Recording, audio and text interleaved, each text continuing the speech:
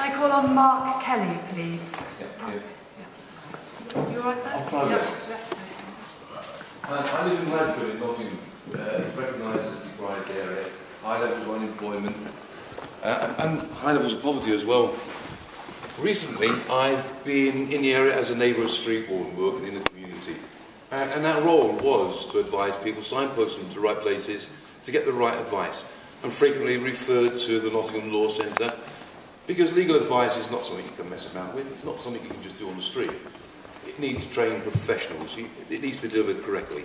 So we've often made referrals to the Nottingham Law Centre. The programme was coming to a close. My team and I were made redundant by July 2009. I spent my redundancy on the next 6 months just on living expenses before I turned around to signing on, acknowledging that I wasn't getting the job and I needed some money. I had to sign on in January, signed off for JSA, and then found out when I applied for housing benefit that the housing benefit was linked to the job seekers allowance, and that wouldn't be paid until the award letter came through for job seekers.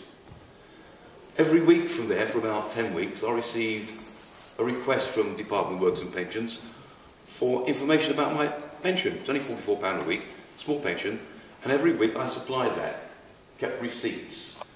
It was registered post, proof of posting, even faxed from the job centre to the Department of Works and Pensions the information that I requested. At 12-week point, I received a letter saying, unless I provided this information within 1 week, my claim was going to be cancelled and I would have to resubmit the claim. At this point, I had believed I'd done everything I could, and I approached the Law Centre for their advice.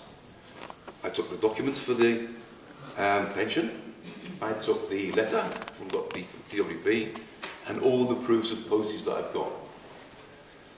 The advice I got, the advisor actually picked up the phone and rang DWP directly on the letter, had the deadline cancelled, promised to send the information again by post and send it under cover of Nottingham Law Centre. A week later, I received my award letter from JSA. Excellent. Now I can take this down to housing benefit.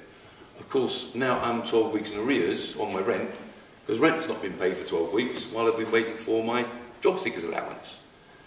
And next thing I knew, I'm receiving a repossession order, eviction for my house. I'd only lived there since 1994. I was taken to Crown Court. Again, the Nottingham Law Centre jumped in and helped with this. They represented me at court. I'd only ever been in court once before. That was in '95 when I applied for single custody of my children.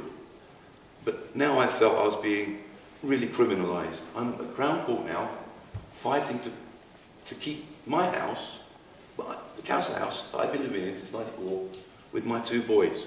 Now, it's not just me, it's my 2 boys who are up for eviction as well. Now, the 12 weeks was backdated, but it didn't stop the claim for arrears because I'd accrued a couple of £100 before I'd signed on, just as I was running out of money. The Law Centre again took this on and applied for a 1-month backdating. It could be backdated for 3 months. They'd already agreed that I should have been signing on the day after I'd been made redundant. So there was no problem with that, except that it took a whole year. It wasn't until December when I borrowed £400 to pay off the arrears because I didn't want to keep going back to court. And a week later received a letter saying, yes, acknowledge that. It was backdated for a month. Payment was made, and now my rent account was in credit. Excellent. My worry then is, I've got an adjourned hearing now for a year. I'm unemployed. If I fall into arrears again in that year, I can be taken back to court and the house can be taken off of me, no questions asked, because that was what we agreed. It was adjourned for 1 year. I've found work now. Recently, 26th of January, I started work in a local charity. It's the Bridge Centre in Hyson Green in Nottingham, and 3 days a week they open their doors to the public. They offer subsidised food, they offer a listening ear, advice where it's wanted, and referrals where it's needed to the Law Centre, because that's the public we're dealing with.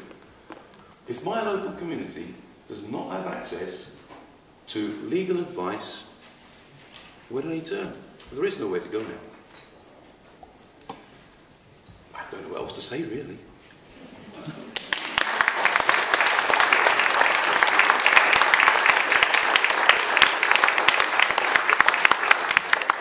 I think you've put very succinctly the catch-22 situation that people find themselves in, and I'm sure that many of the people here today will have known that type of case and have dealt with that type of case.